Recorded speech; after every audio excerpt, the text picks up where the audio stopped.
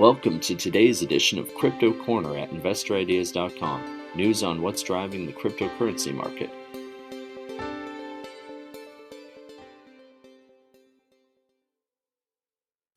Hey everyone, this is Sam Mowers here. Welcome to episode 798 of the Crypto Corner podcast. For news today, Goldman Sachs has made the first OTC crypto transaction by a major U.S. bank with GLXY Digital, and El Salvador seems to have delayed its Bitcoin bonds launch. Just before we get into the show today, a quick reminder that if you enjoy this podcast, to please feel free to share it or leave us a review. And as always, I recommend checking out some of the other podcasts on InvestorIdeas.com. This includes the Cannabis Podcast, the Clean Tech and Climate Change Podcast, along with many others, all of which will bring you up to speed on the latest stock news and trends in their respective spaces. Right, so Goldman Sachs, which trades on the NYSE under the ticker GS, has made the first OTC crypto transaction by a major U.S. bank, facilitated and executed by a trading unit of GLXY Digital Holdings Limited. GLXY trades on the TSX under the ticker GLXY.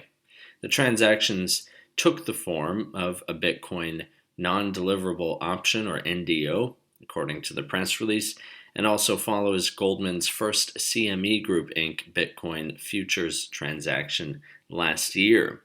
Damian Vanderwilt, the co-president and head of global markets at GLXY Digital, commented, quote, "We are pleased to continue to strengthen our relationship with Goldman and expect the transaction to open the door for other banks considering OTC as a conduit for trading digital assets. Goldman's continuing trust in us is a testament to GLXY's expertise and ability to meet the evolving demands by institutions as crypto solidifies itself as the fifth asset class." End quote. Max Minton, Asia Pacific head of digital assets for Goldman Sachs, said, quote, "We are pleased to have executed our first cash-settled cryptocurrency options trade with GLXY. This is an important development in our digital assets capabilities and for the broader evolution of the asset class." End quote. BNN Bloomberg reports that the vast majority of companies in El Salvador haven't used crypto for business. This is according to a survey from that country's Chamber of Commerce. Only 14% of those surveyed reported having transacted in Bitcoin since September, when El Salvador became the world's first country to recognize the flagship cryptocurrency as a legal tender. Despite this, the country's finance minister, Alejandro Zelaya, said El Salvador is pressing ahead with plans to issue what would be the first state-backed Bitcoin bonds in the coming days. However, Cointelegraph reports today that the government of El Salvador has seemingly delayed these Bitcoin bonds. They're also called volcano bonds, which were meant to have launched by March 20th.